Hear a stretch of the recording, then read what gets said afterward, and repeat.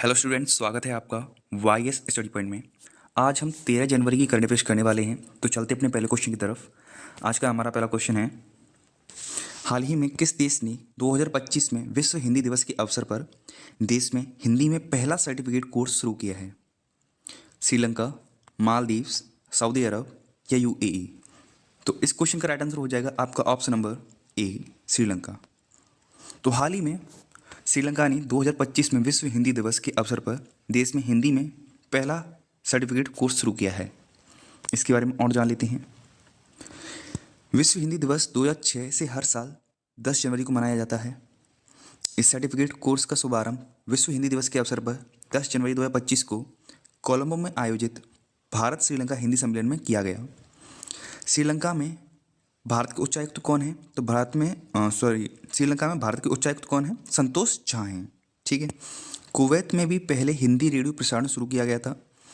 केंद्र सरकार ने बहुभाषी शिक्षा को बढ़ावा देने के लिए कौन सा ऐप लॉन्च किया था? तो अनुवादिनी किया था। ये फैक्ट्स हैं, कुछ याद रखने हैं जो रिसेंट ईयर में हमने इसके बारे में बात की थी, अनुवादिनी की।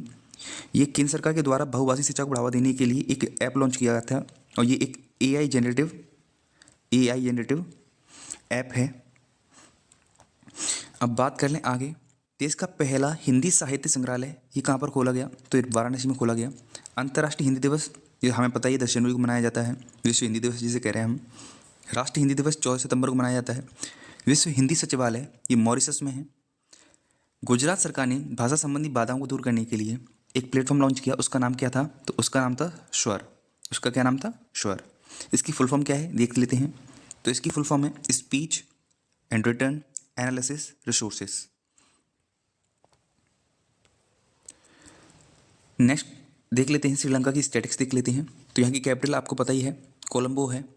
कोलंबो जो है वो यहाँ की कमर्शियल कैपिटल है, यानी कि वाणिज्यिक राजधानी है। और श्री जयवर्धनेपुरम कोट्टे यहाँ की प्रशासनिक राजधानी है, यानी कि एडमिनिस्ट्रेटिव कैपिटल है। यहाँ पर जो करेंसी चलती है वो है श्रीलंकन रुपी। यहाँ के प्रेसिडेंट जो हैं वो हैं अनुराग कुमार दिसानायके। तो जो दिशा दिखाते हैं वो प्रेसिडेंट हैं, इसे याद रखना। और प्रधानमंत्री कौन है? हारिनी अमरसूरिया। जो हारने नहीं देते वो प्रधानमंत्री हैं, ऐसे याद रखना आप। नेक्स्ट क्वेश्चन, हाल ही में चर्चा में रही उजाला योजना को कब लॉन्च किया गया था? 5 जनवरी 2013, 5 जनवरी 2014, 5 जनवरी 2015 या 5 जनवरी 2016? तो आपको याद रखना है। तो ये स्कीम कब चालू की गई थी? तो ऑप्शन नंबर सी, यानी कि 5 जनवरी 2015 में ये स्कीम चालू की गई थी। अब यहाँ पर उजाला एक टर्म जो है इसकी फुल फॉर्म है वो भी आपको याद रखनी है, Unnat Jyoti by affordable LEDs for all. तो ये फुल फॉर्म है उजाला की, ये आपको याद रखनी है। पूछ लिया जाता है कि ए स्टैंड्स फॉर क्या है उजाला में, इस प्रकार से पूछ लिया जाता है। प्रधानमंत्री ग्राम सड़क योजना ये कब चालू की गई थी? तो 25 दिसंबर 2000 में चालू की गई थी। उद्देश्य क्या था? गांव को 12 मासी यानी कि 12 महीनों सड़कों से जोड़ना। पीएम मुद्रा योजना ये 8 अप्रैल 2015 में चालू की गई थी। इसकी जो लिमिट है उसको 10 लाख से बढ़ाकर 20 लाख कर दिया गया है। क्या किया गया है? 10 लाख से जो लिमिट थी उसको बढ़ाकर 20 लाख कर दिया गया है। पीएम किसान सम्मान निधि योजना ये 24 फरवरी 2019 में चालू हुई थी। कब चालू, कहाँ से चालू हुई थी? गोरखपुर यूपी से चालू हुई थी, ये याद रखना है। 24 फरवरी 2019 याद रहता है, पर गोरखपुर से चालू की गई थी।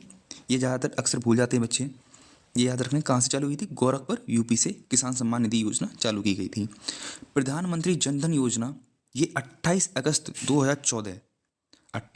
2014 को चालू की गई थी। जनधन योजना बहुत पुरानी योजना है, इसको 10 वर्ष पूरे हो चुके हैं, इसलिए रिसेंट न्यूज़ में रही थी। पीएम आयुष्मान भारत योजना, तो आयुष्मान भारत योजना ये 2018 में चालू की गई थी। तारीख क्या थी? 23 सितंबर। कहाँ से चालू की गई? फिर से इंपॉर्टेंट, रांची झारखंड से चालू की गई। कौशल ऋण योजना ये कब से चालू की गई? कौशल ऋण योजना 2015 में चालू की गई। अब ये न्यूज़ में क्यों रही? क्योंकि जो मैक्सिमम लोन लिमिट है उसको 1.5 लाख से बढ़ाकर 7.5 लाख कर दिया गया है। 2024-25 का जो बजट आया था उसमें ये प्रावधान किया गया कि जो लिमिट है कौशल ऋण योजना में उसको 1.5 लाख से बढ़ाकर 7.5 लाख कर दिया गया है। पीएम किसान मानधन योजना इसको कब चालू किया गया था? 2019 में चालू किया गया था, 12 सितंबर 2019 में। कहाँ से? इसको भी रांची से चालू किया गया है। एक तो आयुष्मान भारत योजना और एक पीएम किसान मानधन योजना ये कहाँ से चालू हुई है? रांची से हुई है। इसको अपने 5 वर्ष पूरे हो चुके हैं। स्वच्छ भारत अभियान की शुरुआत ये कहाँ से हुई थी? तो इसकी शुरुआत 2 अक्टूबर 2014 में हुई थी। इसको भी 10 वर्ष पूरे हो चुके हैं। 10 वर्ष एक और किसको पूरे हो चुके हैं? जनधन योजना को पूरे हो चुके हैं 10 वर्ष। और एक हमारी जो स्वच्छ भारत अभियान है इसको भी 10 वर्ष पूरे हो चुके हैं। मेक इन इंडिया कार्यक्रम ये कब चालू हुआ था? तो 25 सितंबर 2014 में चालू हुआ था। इसको भी 10 वर्ष पूरे हो चुके हैं। इसमें क्या था कि मेक इन इंडिया के अंतर्गत कि 25 महत्वपूर्ण क्षेत्रों पर ध्यान दिया गया था। किस पर ध्यान दिया गया था? 25 महत्वपूर्ण क्षेत्रों पर। तो ये भी याद रखना है कितने सेक्टर्स इसमें लिए गए थे। तो 25 महत्वपूर्ण क्षेत्र पर ध्यान दिया गया था। स्टार्टअप इंडिया की बात करें तो स्टार्टअप इंडिया 16 जनवरी 2016 में इसको स्टार्ट किया गया था। स्टैंड अप इंडिया ये 5 अप्रैल 2016 में चालू की गई थी। तो कैसे याद रखना है? 2016 में ही इन दोनों। तो स्टार्ट होगी कोई भी चीज़ तो पहले चालू होगी तो इसके बाद में स्टैंड करेगी। तो ऐसे याद रखना। तो पहले कौन सी आई? स्टार्टअप आई, फिर उसके बाद में स्टैंड अप आई है। प्रधानमंत्री जनजातीय आदिवासी न्याय महाअभियान यानी कि पीएम जनमन की योजना कब से चालू हुई थी? तो ये 15 नवंबर 2023 से चालू हुई थी। नेक्स्ट तो आ जाते हैं अपने नेक्स्ट क्वेश्चन पर। नेक्स्ट क्वेश्चन क्या है हमारा? हाल ही में अमेरिकी पत्रिका यानी कि अमेरिकी जो मैगजीन है ट्रैक एंड फील्ड न्यूज़ कौन सी है? ट्रैक एंड फील्ड न्यूज़ ने किस भाला फेंक खिलाड़ी को 2024 के सर्वश्रेष्ठ भाला फेंक एथलीट के रूप में नामित किया है? तो आपको बताना ऑप्शंस हैं अरशद नदीम, नीरज चोपड़ा, एंडरसन पीटर्स या उपयुक्त सभी। तो इस क्वेश्चन का राइट आंसर हो जाएगा आपका ऑप्शन नंबर बी। तो नीरज चोपड़ा को ट्रैक एंड फील्ड न्यूज़ ने सर्वश्रेष्ठ भाला फेंक एथलीट के रूप में नामित किया है। अगर इनकी हम बात करें, नीरज चोपड़ा जी की अगर हम बात करें तो नीरज चोपड़ा जी ने इन्होंने 7 अगस्त को टोक्यो ओलंपिक्स में सबसे लंबा भाला फेंककर यानी कि कितने मीटर लंबा भाला फेंका था इन्होंने उसमें? तो 87.58 मीटर लंबा भाला फेंका था। और जिस दिन उन्होंने फेंका था ये भाला उसी दिन को हमने भाला फेंक दिवस के रूप में घोषित कर दिया।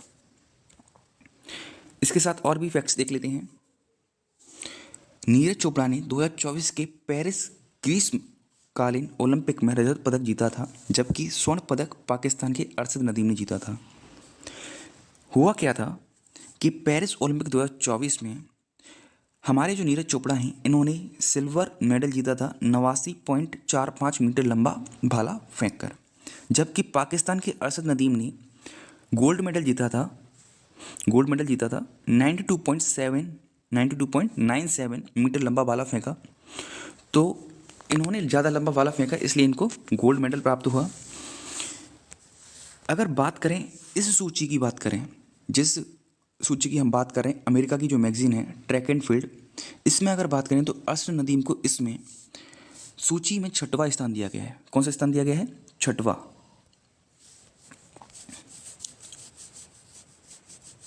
बात कर लेते हैं इसके बारे में। तो कौन सा स्थान मिला है? 6वां स्थान मिला है। वेट तो इनको कौन सा स्थान मिला है? 6वां स्थान मिला है। अगर बात करें टोक्यो ओलंपिक्स 2020 की, तो टोक्यो ओलंपिक्स 2020 में इन्होंने गोल्ड मेडल जीता था नीरज चोपड़ा जी ने, और 2018 में इन्होंने अर्जुन अवार्ड जीता। 2021 में इनको मेजर ध्यानचंद खेल रत्न अवार्ड से सम्मानित किया गया। 2022 में इनको पद्मश्री से सम्मानित किया गया। लुसाने डायमंड लीग की बात करें तो इन्होंने इसमें सिल्वर मेडल जीता था। नेक्स्ट क्वेश्चन पर आ जाते हैं। हाल ही में किस राज्य सरकार ने महिला सेल्फ हेल्प ग्रुप के माध्यम से 1000 मेगावाट सौर संयंत्रों की स्थापना का लक्ष्य रखा है? Which state government has set a target of setting up 1000 megawatts solar plant through women self help groups? Kerala, Gujarat, Rajasthan, Telangana. तो इस क्वेश्चन का राइट आंसर हो जाएगा आपका ऑप्शन नंबर डी, तेलंगाना। इस क्वेश्चन का राइट आंसर हो जाएगा। तेलंगाना सरकार ने राज्य के इंदिरा महिला शक्ति योजना के तहत महिला स्वयं सहायता ग्रुप यानी कि SHG के माध्यम से राज्य में अतिरिक्त 1000 मेगावाट सौर ऊर्जा स्थापित करने का लक्ष्य रखा है। तेलंगाना सरकार की इंदिरा महिला शक्ति योजना मार्च 2024 में राज्य के मुख्यमंत्री रेवंत रेड्डी द्वारा शुरू की गई थी। इस योजना का उद्देश्य महिला स्वयं सहायता समूहों के माध्यम से सहायता और कौशल प्रशिक्षण प्रदान करके राज्य की महिलाओं का उत्थान और सशक्तिकरण करना है। तो इसका उद्देश्य है ये। इसी के साथ अगर हम देखें PM कुसुम योजना, तो PM कुसुम में जो कुसुम वर्ड है इसकी फुल फॉर्म देख लेना आप, वो पूछ ली जाती है। तो इसकी फुल फॉर्म क्या है? किसान ऊर्जा सुरक्षा एवं उत्थान महाअभियान। तो इसकी फुल फॉर्म है, इसको याद रखना, पूछ ली जाती है एग्जाम्स में। इसको शुरुआत कब से हुई थी इसकी? तो शुरुआत हुई थी इसकी मार्च 2019 से शुरुआत हुई थी। इसका उद्देश्य क्या है? तो इसका उद्देश्य है किसानों को अपने खेतों में सौर ऊर्जा संयंत्र और अन्य नवीकरणीय ऊर्जा संयंत्र लगाने के लिए प्रोत्साहित करना, ताकि वह ट्यूबवेल और अन्य कृषि उपकरणों को चलाने के लिए अपनी बिजली की ज़रूरतों को पूरा कर सकें। इस योजना के तहत किसान अपनी ज़मीन पर अन्य किसानों, सहकारी समितियों के आदि के साथ साझेदारी में 2 मेगावाट तक के सौर ऊर्जा संयंत्र लगा सकते हैं। ये कुछ इसकी हाइलाइट्स थी, वो हमने देख ली। अब देख लेते हैं तेलंगाना के बारे में। तो यहाँ पर कौन सा त्यौहार मनाया जाता है? तो यहाँ पर कानुमा त्यौहार, बातुकम्मा त्यौहार को फूलों का त्यौहार भी कहा जाता है। इसको SSC MTS 2024 में क्वेश्चन भी पूछा गया है। वैसे ज़्यादातर पूछे ही जाते हैं इनसे क्वेश्चन। बोनालू उत्सव भी मनाया जाता है यहाँ पर। मेदराम जात्रा महोत्सव मनाया जाता है, ये कुंभ के बाद दूसरा सबसे बड़ा मेला है। अलाई बलाई महोत्सव भी मनाया जाता है यहाँ पर। इंडिया ट्रैवल अवार्ड्स का बेस्ट एयरपोर्ट का जो अवार्ड था वो किसको मिला? तो राजीव गांधी इंटरनेशनल एयरपोर्ट को मिला। ये कहाँ पर? हैदराबाद में है। स्वास्थ्य मंत्रालय के अनुसार शवदाताओं के अंगदान में देश का शीर्ष राज्य है कौन सा? तेलंगाना। टाइम्स पत्रिका 2024 के लिए विश्व के सबसे महान स्थानों की सूची में 3 भारतीय स्थान जोड़े गए। वो कौन कौन से थे? तो हिमाचल प्रदेश में नारबुटिक होटल था, हैदराबाद में मनम चॉकलेट फैक्ट्री था और मुंबई में म्यूजियम ऑफ सॉल्यूशंस था। टीबी मुक्त नगर पालिकाओं के लिए स्वास्थ्य नगरम परियोजना कहाँ पर चालू हुई? तो तेलंगाना में चालू हुई। राजीव गांधी सिविल्स अभय हस्तम योजना ये कहाँ पर चल रही है? तो तेलंगाना में चल रही है। उत्तर पूर्वी राज्यों पर केंद्रित पहला भारतीय कला महोत्सव ये कहाँ पर हुआ? तो ये सिकंदराबाद में हुआ। उद्घाटन किसने किया? तो माननीय प्रेसिडेंट ने किया। नीति आयोग के महिला उद्यमिता चैप्टर में शामिल होने वाला पहला राज्य कौन सा है? तो तेलंगाना है। जाति सर्वेक्षण शुरू करने वाला तीसरा राज्य ये कौन सा बना? तो ये बना तेलंगाना। पहला कौन सा रहा? बिहार, दूसरा आंध्र प्रदेश। रक्षा मंत्री ने तेलंगाना के विकाराबाद जिले के दामागुंडा वन क्षेत्र में नौसेना का दूसरा वेरी लो फ्रिक्वेंसी वाले रडार स्टेशन की आधारशिला रखी। पहली कहाँ रखी गई थी? तो 1990 में तमिलनाडु में INS कट्टाबोमन में रखी गई थी। कुशाड़ी लोक नर्तक कनक राजू का निधन हो गया। इनका संबंध किस जनजाति से है? तो गोंड जनजाति से इनका संबंध है। और ये कहाँ के थे? तो ये तेलंगाना के थे। नेक्स्ट क्वेश्चन पर आते हैं। हाल ही में उत्तर प्रदेश के मुख्यमंत्री ने महाकुंभ 2025 के लिए किस नाम से FM चैनल लॉन्च किया? कुंभवाणी, कुंभ आरंभ, कुंभ क्षेत्र या कुंभ लीला? तो इस क्वेश्चन का राइट आंसर हो जाएगा आपका ऑप्शन नंबर A, कुंभवाणी। तो कुंभवाणी के नाम से हाल ही में उत्तर प्रदेश के मुख्यमंत्री योगी आदित्यनाथ जी ने महाकुंभ 2025 के लिए एक FM लॉन्च किया जिसका नाम है कुंभवाणी। ये किस फ्रिक्वेंसी पर प्रसारित होगा? तो इसको देख लीजिए। तो ये प्रसारित होगा 103.5 मेगाहर्ट्ज की फ्रिक्वेंसी पर यह प्रसारित होगा। ये कब से कब तक ऑपरेट करेगा? 10 जनवरी से 26 फरवरी तक ये प्रसारित होगा। इसे रोजाना 5:55 रोजाना सुबह 5:55 बजे से रात 10:05 तक ऑन एयर किया जाएगा। इसके अलावा मुख्यमंत्री जी ने विशेष कार्यक्रम कुंभ मंगल ध्वनि भी उद्घाटन किया। तो इसके ऊपर ही एक कार्यक्रम चालू किया गया है कुंभ मंगल ध्वनि, वो भी इसी फ्रिक्वेंसी पर चलेगा। उत्तर प्रदेश में प्रयागराज के महाकुंभ मेला क्षेत्र को नया जिला घोषित कर दिया गया है।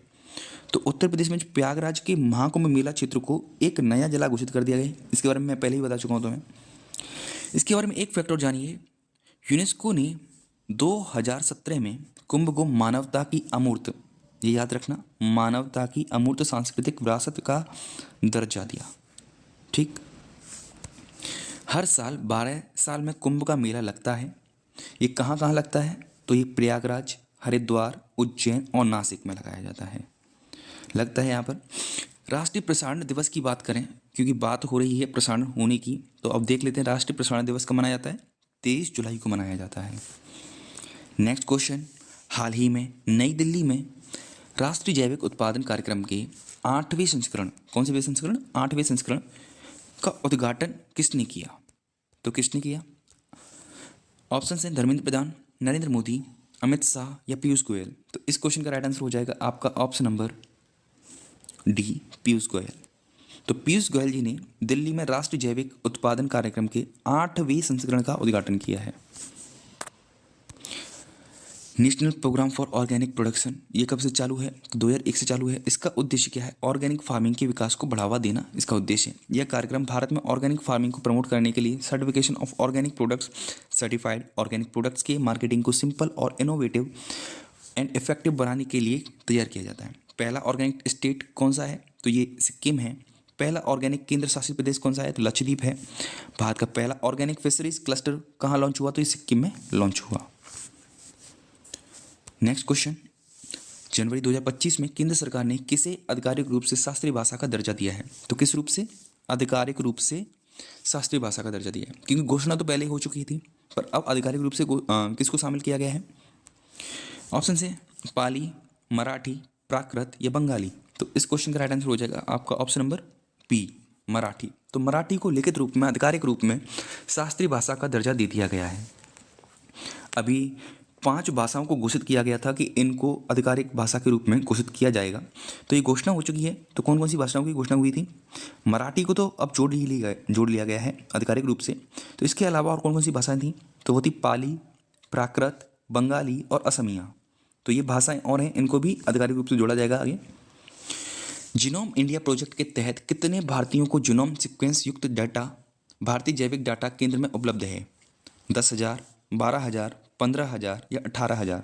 तो इस क्वेश्चन का राइट आंसर हो जाएगा आपका option number A, 10,000। Next question, हाल ही में तमीम इकबाल ने अंतर्राष्ट्रीय क्रिकेट से संन्यास ले लिया, वह किस देश के खिलाड़ी हैं? साउथ अफ्रीका, पाकिस्तान, बांग्लादेश या यूएई। तो इस क्वेश्चन का राइट आंसर हो जाएगा आपका ऑप्शन नंबर सी, बांग्लादेश। तो ये तमीम इकबाल कहाँ के खिलाड़ी हैं? तो ये बांग्लादेश के खिलाड़ी हैं। उन्होंने अंतर्राष्ट्रीय क्रिकेट से हाल ही में संन्यास ले लिया है। अब कुछ देख लेते हैं ऐसे प्लेयर्स, क्रिकेट के प्लेयर्स देख लेते हैं जिन्होंने संन्यास लिया पहले। तो शिखर धवन, दिनेश कार्तिक, केदार जाधव और रिद्धिमान शाह, इन्होंने पूर्णतः क्रिकेट से संन्यास ले लिया है। अब यहाँ पर एक नाम हम देख रहे हैं, शिखर धवन, ये मोटो जीपी इंडिया के ब्रांड एम्बेसडर बनी है, ये भी याद रखना है। बैडमिंटन के खिलाड़ी साई प्रणीत हैं, इन्होंने भी संन्यास ले लिया है। टेनिस के खिलाड़ी रहे रोहन बोपन्ना, सबसे उम्रदराज खिलाड़ी थे ये, इन्होंने संन्यास ले लिया है टेनिस से। फुटबॉल के खिलाड़ी सुनील छेत्री, सबसे ज़्यादा गोल करने वाले भारतीय हैं ये, और विश्व में तीसरे नंबर पर आते हैं सबसे ज़्यादा गोल करने के मामले में। हॉकी के खिलाड़ी पीआर सरजेश ने हाल ही में संन्यास ले लिया है। रेसलिंग की खिलाड़ी वीनेस फोगाट, इन्होंने भी संन्यास ले लिया है। जिम्नास्ट दीपा कर्माकर, इन्होंने भी संन्यास ले लिया है। इसी के साथ आज की करंट अफेयर का सेशन हमारा एंड होता है। अगर वीडियो अच्छी लगी हो तो वीडियो को लाइक जरूर करें, चैनल को सब्सक्राइब जरूर करें। वीडियो देखने के लिए धन्यवाद।